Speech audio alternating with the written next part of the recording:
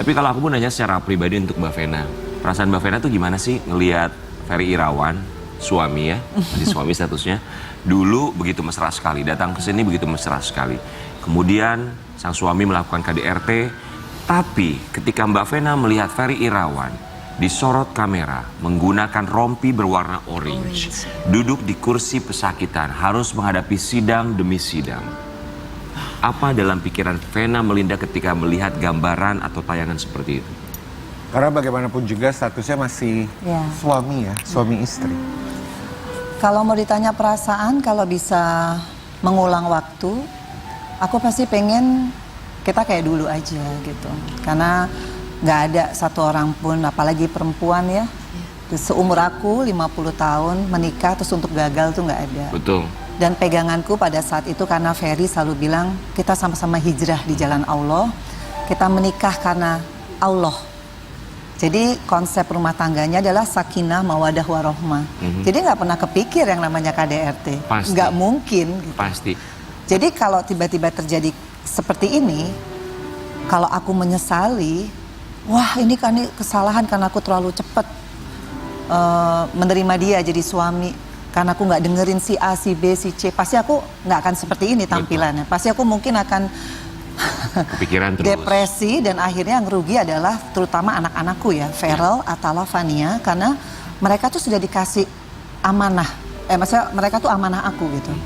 Dan kalau aku dikasih ujian gini, aku nggak bisa lulus ujian hanya gara-gara depresi berkepanjangan, menyalahkan diri sendiri.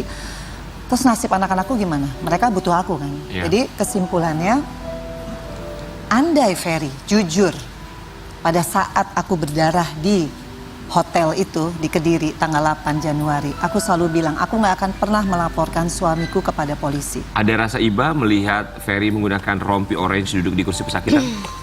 Bukan soal iba. Pertanyaan, apakah dia iba pada saat aku berdarah-darah? Itu pertanyaan yang dia menghalang-halangi aku minta tolong sebagai istrinya. Betapa aku kecewanya melihat dia sebagai suami. Dia tidak mengakui 2 kali. Sampai ke RJ, Restoratif Justice, yang sudah dia mintakan sendiri ke Polda Jawa Timur, aku penuhi. Karena sebagai istri, dan waktu itu mau bulan Ramadan, aku masih ingin kita berdamai, menyelesaikan secara kekeluargaan. Ketika Restoratif Justice tersebut pun tidak menemukan jalan tengahnya. Bukan tidak menemukan, dia tetap tidak mengakui.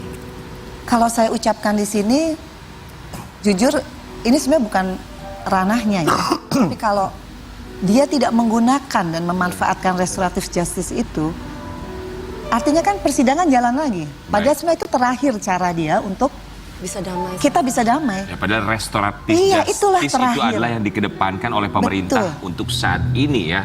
Tapi karena kan KDRT itu adalah kan ruang lingkupnya keluarga privat. Jadi Restoratif Justice itu dibikin oleh negara supaya suami istri tuh oke lah, kemarin masih belum ngaku. Ada Restoratif Justice itu pun ya, jujur ya, di skrimumnya takut aku yang nggak mau.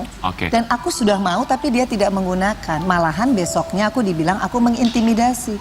Apakah dia iba pada saat aku di Cywar, di media dibilang aku mengintimidasi, padahal tidak ada kejadian seperti itu. Itu pertanyaan yang dibalik. Ketika ada yang bertanya, kok nggak kasihan ngeliat suaminya pakai baju orange? Pertanyaannya akan dikembalikan lagi, dibalikan. Apakah sang suami juga tidak kasihan melihat istri menjadi korban dari KDRT?